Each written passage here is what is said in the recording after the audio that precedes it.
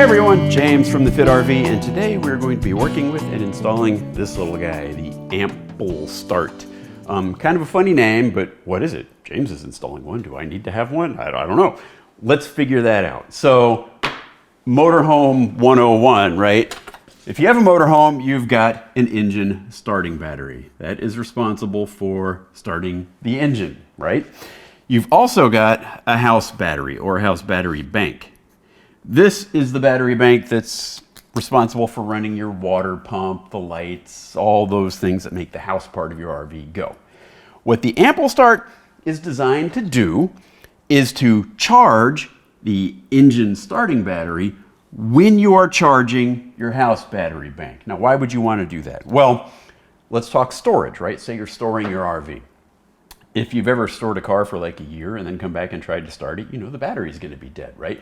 The engine starting battery can be discharging even when you're not using it for a number of reasons. There could be like, some sort of Ford hotspot that's running in your transit, right? There could be a security system you've installed. There could be miscellaneous lights and things in the dash that keep draining the battery even when you're not using it.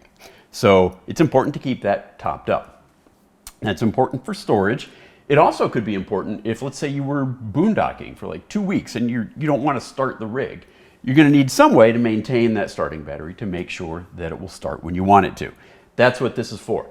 But now this is only supposed to charge the engine starting battery when you are actively charging the house battery. So in order for this to work, you're going to have to either be like, you could be plugged into shore power, right? That would work. That would charge your house battery and then in turn the engine starting battery. Maybe you've got solar panels on the roof, right? Those would charge your house battery, which then in turn would charge the engine starting battery.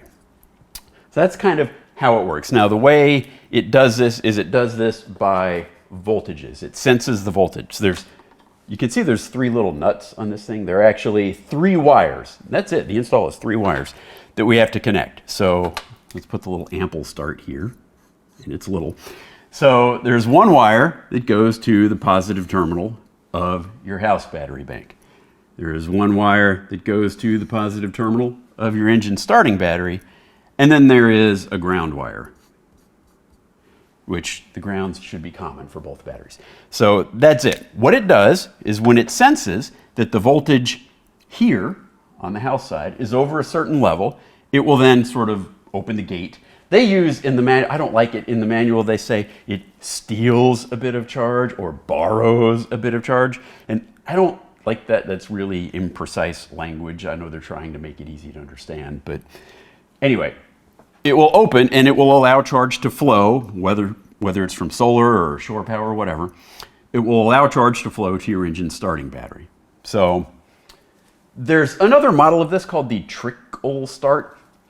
That one's only for lead acid batteries. And the reason why is because it's sensing voltages, and we have lithium batteries, and lithium batteries have different voltages than lead acid batteries, so we have to get the Ample Start. And I'll show you when we get to install it how you make those setting changes.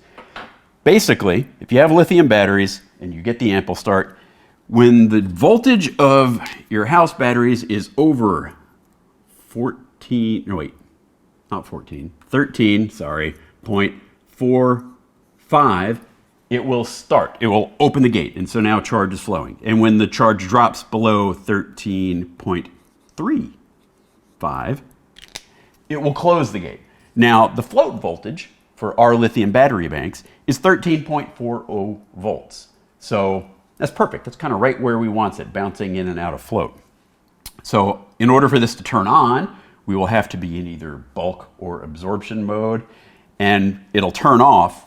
It'll stay on as long as we're in float, but then once float mode stops, it will turn off and wait to hit bulk or absorption again. So a little technical there, but anyway, there's another model called the Trickle Start that has different voltages for lead acid batteries.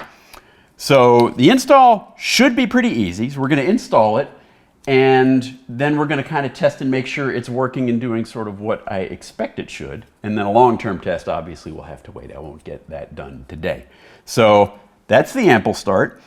It's meant to maintain your engine starting battery, but you have to have some sort of charging source for your house battery in order for it to work. So make your own decisions based on your RVing habits as to whether or not something like this would be useful. But next, let's go over to the bench and I'll show you what it takes to install this thing. All right, so what does it take to install the Ample Start? Well, first I have to say I was pretty impressed. It came with a fairly complete set of terminals and everything you would sort of need to install it. So thumbs up on that, right? So what are you gonna need to install it? Well, you're gonna need some wire. And here I have some stranded oil and gas resistant wire, even though I won't be going into the engine compartment. 10 gauge wire. Now it can handle up to 30 amps. This thing is only supposed to use at most 15. So you'll need that. You'll need the Ample Start, of course. You'll need the instructions, which actually, I mean, are kind of like an eye chart. They're really, really fine print, but do pay attention to those. You will also need, maybe a strong word, I don't know if you'll need it, but I'm installing one. So it says it has built-in current limiting to keep it from ever taking more than 15 amps. That's great, but it doesn't say how they implement that. It doesn't say how fast is it, what is it exactly. And so I don't know it, can't see it, don't trust it. So my first thought was to install it with a fuse to make sure that it doesn't draw more current than it's supposed to. But then if you read the instructions, they actually address this and they say if you're gonna install it with a fuse, don't use a fuse because you're probably gonna put this someplace out of the way, you won't see it, and if you blow the fuse, you won't even necessarily know it's not working. So I got a 15 amp automatic resetting or self-resetting circuit breaker. It does the same thing as a fuse, except when the overload condition goes away, the circuit breaker closes again. Whereas with a fuse, you'd have to replace the fuse. So I have a circuit breaker I'll be installing with it. So we'll need that. I've got some wire loom, wire wrap stuff. I've got 2 different colors there. Just to protect the wires because I am going to have to run through the floor at one point. And then you're going to need some various tools, wire cutters, wire strippers, and something to make crimp connections because these are all solderless crimp connectors. Now, before you go out to install it, the one thing you need to do is on the back of this unit, and we'll get a close-up of this, there is a little tiny jumper, and there are 3 pins on the back, and it's labeled here that if you want it to run in lithium mode, which we do, then you have to set this jumper on these 2 pins on the bottom. So do that if you're using it with lithium batteries. And then other than that, you're gonna need stuff like physically to mount it, like screws, even though it came with some, I have different ones I wanna use, and a screwdriver. Okay, and then you'll need something to appropriately tighten down the terminals, etc. But that's sort of it that you'll need for the install. Shouldn't be too hard, so let's get outside and get to work. All right, so here we are inside of number 1, and when I redid this, all of my electrical connections are kind of right here. So this is a spot that makes good sense to install the Ample Start, and I've got like very little room, but I do have some room left over here. Now I mentioned that we have 3 wires, right? We have the house battery, positive, and ground. I can get both of those from my Lynx bus bars here, but I'm also going to need a connection to the starting battery. Well, when I redid number 1's electrical system, there is actually an emergency start relay that's like right below this hole through the floor. So I'm just going to drop a wire down through that hole and pick up the engine starting battery on that relay, so I don't have to go all the way up into under the seats to get to the engine battery. So this is a good enough place to install it. But I've got a screw right there, and that screw is really just helping hold this still. So I'm just going to relocate that screw, and then I can install the Ample Start. And I'm also going to mount up this circuit breaker so that we'll have all that ready to go when we start connecting wires. All right.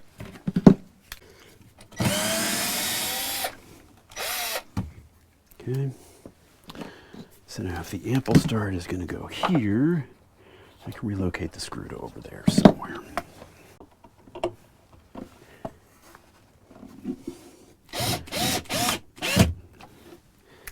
Okay, now for the not as fun as I would like part, but I'm just going to poke this wire down through the giant mess of wires running through the hole to get it down into the compartment below, which contains my inverter, but more importantly contains the engine starting emergency start relay, and that's where I'm going to pick up the starting battery. So I'm just going to poke this down through there. I've got some cable wrap on it, and here we go.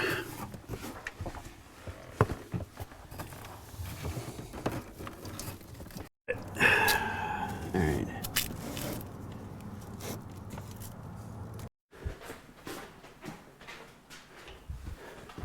Okay, now that we've got this wire poked through here, I'm just going to strip it and apply this terminal. Then you're not going to see me for a while because the starting relay is way back here in the back of the compartment. So there's going to be like swearing and a lot of looking at my backside. So we'll spare you that. But the next step is to actually, it didn't strip enough, is to actually get this wire terminal on. Another thing, if you're an Echo owner, your engine starting relay or emergency start will also be in this compartment. It just won't be in that same spot. And it's going to be the lead with a purple, what do you call it, heat shrink on it. So that's where you'll find it.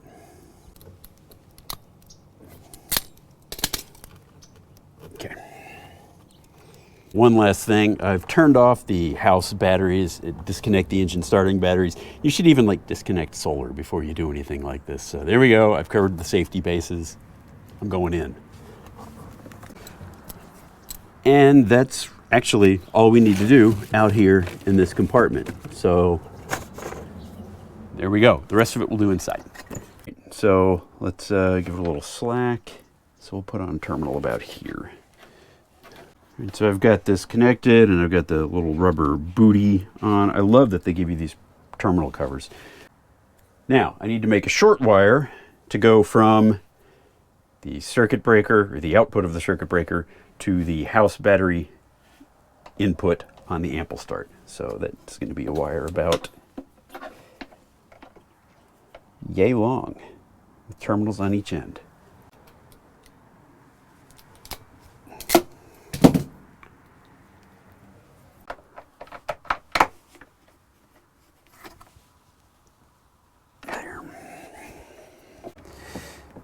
I'm having to replace the supplied connectors because this little terminal cover won't fit over them, so I'm having to get smaller ones that I have of my own. All right. All right. So I've kind of finished the wiring, and you didn't get to see most of it, and it's a good thing because 90% of the time, like 45 minutes, I spent looking for a copper lock washer, which I dropped, and it went somewhere in there, and it was like 45 minutes of me looking for it. I finally found it, so we're back in there. So everything is torqued down. Let me just quick show you what we've done. Over here is the ample start. I've already got the starting battery hooked back up, but the house batteries are still off. And as you can see, I got a little blinky light that says, oh, I got no house battery. So we're pulling power off of here and then running into this circuit breaker and then out of the circuit breaker into the house battery connection of the ample start. That's the one that runs to the engine emergency start relay down there where it'll get to the engine battery. And then here's a ground, which I've also just run up into my bus bar. Now, couple notes about the install. If you want to use these little rubber boots that they give you with the ample start, you're going to have to use a different crimp-on ring connector, because if you use the ones they provide, by the time you crimp it, it's too big. You can't get the little rubber booty over the thing, so you got to use a different one. So just be aware of that. And I'm going to put this cover back on, and then we'll give it a test. All right, everything's wired up. So here's the moment of truth. Ho! Circuit breaker's back on. I got a green light, says maintaining. So I don't know what that means exactly, because it can't be maintaining anything because we're not charging right now. Remember, I turned solar off. So let's come up here to the panel. We'll take a look at what it says the battery voltages are. It says the coach battery is at 13.06 or 12. weird. And the chassis battery is at 12.44 volts. So clearly they're not charging, or the voltages would be closer, I would hope. So let's, I'm going to take a multimeter and double check those. And then we'll turn on the solar, or maybe I'll just plug into the shore power, and then that should kick on some charge. It'll jump right into bulk right away, and then we should see if we actually get charge going to the engine battery. All right, multimeter. 12.41 volts. So now inside, I think this panel says less than that. 12.31, so I get 1/10 of a volt less here than I do at the jump start terminals. Okay. Just out of curiosity, I wonder what it says my battery voltage is. All right, and this says my house battery voltage here is 13.34, and the control panel says 13.12, so I'm 0.2 volts less. Okay, well, 0.1 volt less on the chassis battery, 0.2 volts less on the house battery. Interesting. As long as I know it, I guess we're okay. So now let's plug into shore power. Now the chassis battery is showing 13.36 volts. And I know it didn't jump up that high on its own. The only thing I've changed is the ample start. So it definitely looks like the ample start is working. And let's see if the panel inside is reading anything different. Yeah, there we go. See, now we even get 13.3 here and 13.5 there. So definitely it's charging, and I got a little light here. And the light tells me, there we go, an orange light, tells me that it's charging. So there we go. So that's going to do it for the install of the ample start.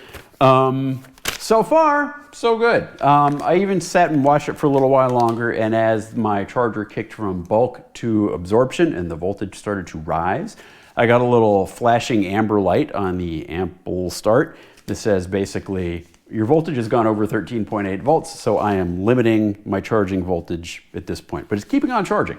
So it's all still working fine for now. I guess we'll see. I'll keep an eye on it longer term and maybe report back. There will be a post over on thefidrv.com that goes along with this video. You'll find a link in the YouTube description. And that's where I'll report back on like sort of longer term findings with the ample start. But so far, it's working as designed. We've flipped no circuit breakers. We've burnt nothing up.